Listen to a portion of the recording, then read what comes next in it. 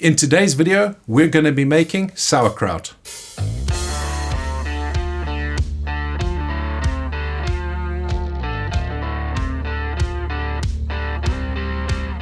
You might notice a pretty cool new addition to my kitchen back there. Thank you so much, Patrick Coombs, for sending that out to me. It was very kind of you. Anyway, let's get to making some sauerkraut. Making sauerkraut could not be simpler. All you really need are some cabbages, some salt, and a container to ferment it all in. So you don't need something as elaborate as this. This is a purpose-built crock for doing things like lacto fermentation when it comes to sauerkraut or pretty much anything else. This effectively creates an airlock. This is a small moat that's on the top here. The lid goes on and you fill this up with liquid. It allows air to come out, but it doesn't allow air to go back in. So I have made a video in the past to show you how to make your own fermentation pots. So have a look up above. I'll leave a link and you can go and see how to make your own quite cheaply. All we need to do firstly is chop up this cabbage. You're going to need a sharp knife or a mandolin. Cut the cabbage in half. Use fresh cabbages. These are store-bought. I don't grow my own cabbages, but chop them in half, and then all you need to do, carefully, don't cut yourself, you want to make some very fine cuts.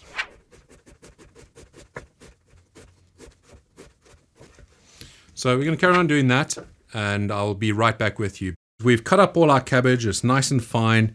So we need 2 bowls because what we're going to be doing now is transferring this over to here. But when we do that, we're going to be adding salt.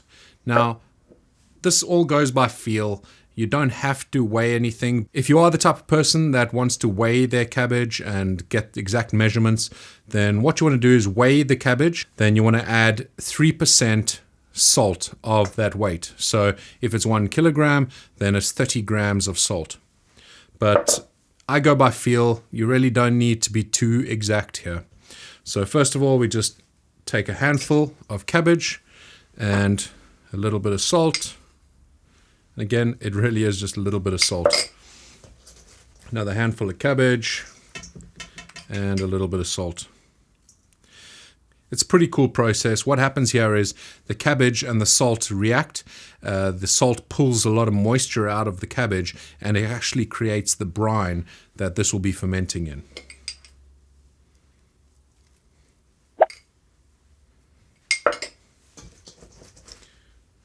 In terms of what salt to use, it's exactly the same process as with the fermentation that you do with peppers. You want to use a salt that hasn't got any extra anti-caking agents or anything like that. If you do see any bruises or anything like that, take it out. You don't want that in there.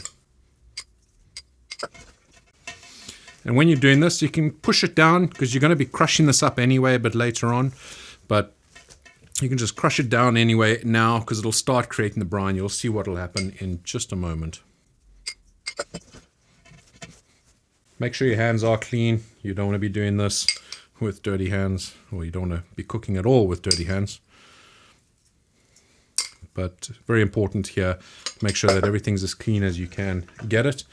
This fermentation is, it's a lot less likely to go wrong than a fermentation that we do with peppers. So don't stress too much. So all I'm doing now is I'm going to knead this here. I'm going to just crush it up a bit. So I'm going to use the other bowl and just go back and forth between them. So what I'm doing here is I'm just grabbing handfuls and giving it a squeeze just to get that salt into the cabbage.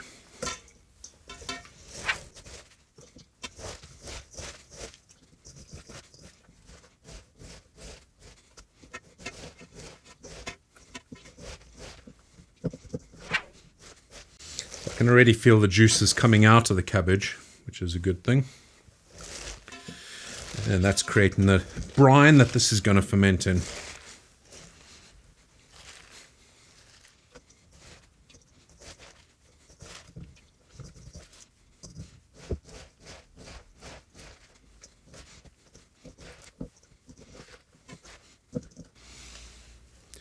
So you can see in the bottom over there, there's a bit of liquid coming out.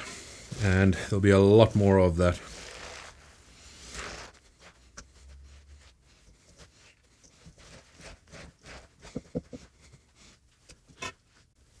If after a few minutes you're not getting all this moisture, then you maybe didn't add enough salt, but you should have quite a bit of moisture at this point. You can see there how it's dripping out of the cabbage now. This is a natural fermentation, so it's using the lactobacillus bacteria that's naturally occurring on cabbage and most vegetables actually. And it's using that to do all the fermentation. So there we see quite a bit of the brine that's getting generated, and we'll just carry on. We'll do this a few more times and then we'll be ready to stick it inside the pot.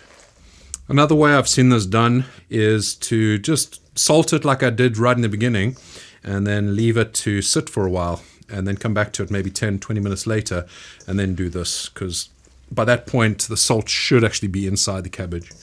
Now I'm keeping this very, very simple. It's literally cabbage and salt. That's it. And I have done it in the past using things like juniper berries and some other spices. But honestly, I didn't really enjoy it too much. Maybe because I used a bit too many of the juniper berries, but I didn't like the flavor. Plain sauerkraut is just lovely as it is.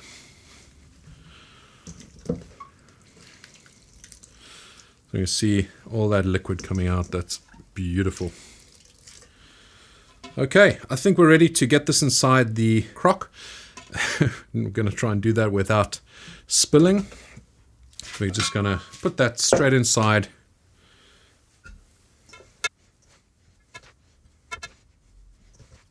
This here is now going to go into the fermentator, and we're going to ferment this for about 20 days. If you don't have a temperature controlled chamber like the fermentator, then you can leave this out on a shelf just somewhere where you can maintain around about 20 degrees Celsius, and you should have yourself some lovely sauerkraut by the end of it. It's been 3 weeks since we've prepared the sauerkraut, and it's time for us to take it out and see how we did. So here is the moment of truth. We've got to have a look inside here. I haven't actually opened this in about 2 weeks now. I've been away on vacation, and it's going to be as much of a surprise to me as it will be for you guys. So let's take a look inside. It's smelling good. It's looking healthy. There's not as much brine as I would have expected, but it's smelling healthy, and there is still brine in there.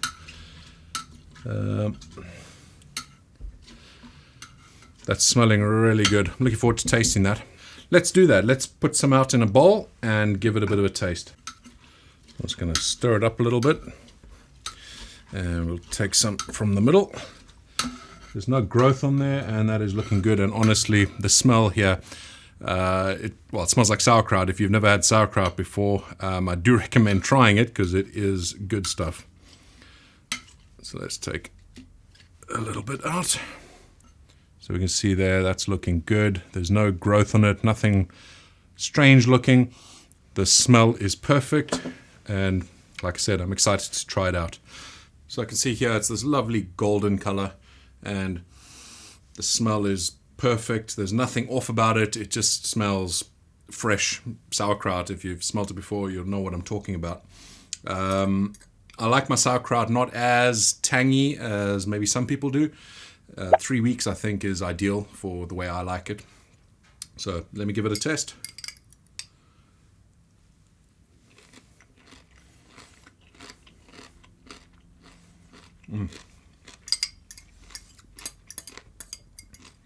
That's perfect. Got the salt level right. Sometimes you can go a bit heavy on the salt.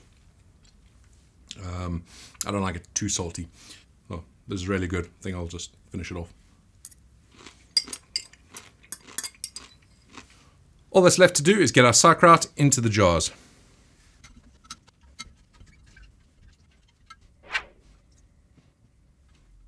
What you might notice here is I don't have a lot of brine. Typically, the amount of brine you have would be enough to cover over the cabbage. Might be because my cabbage that I used wasn't very fresh.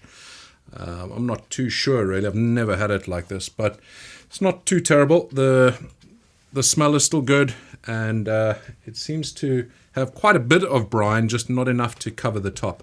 You want to try and get it to cover over the cabbage. It helps keep it all nice and fresh. So what I'm going to do is I'm going to put a little bit of brine to top this up, and just make that up with some salt and water at about a 2% mix.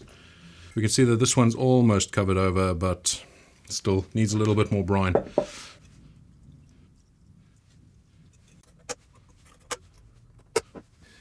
There you have it, beautiful, healthy, and delicious sauerkraut. The problem you have when you're buying store-bought sauerkrauts is a lot of the time they'll heat pasteurize it, which kills off any of the probiotics, and you end up losing some of the benefit of this. I mean, it's still delicious, and I still eat it if I haven't made my own, but you are missing out on some of the great probiotics that are inside a fermentation like this.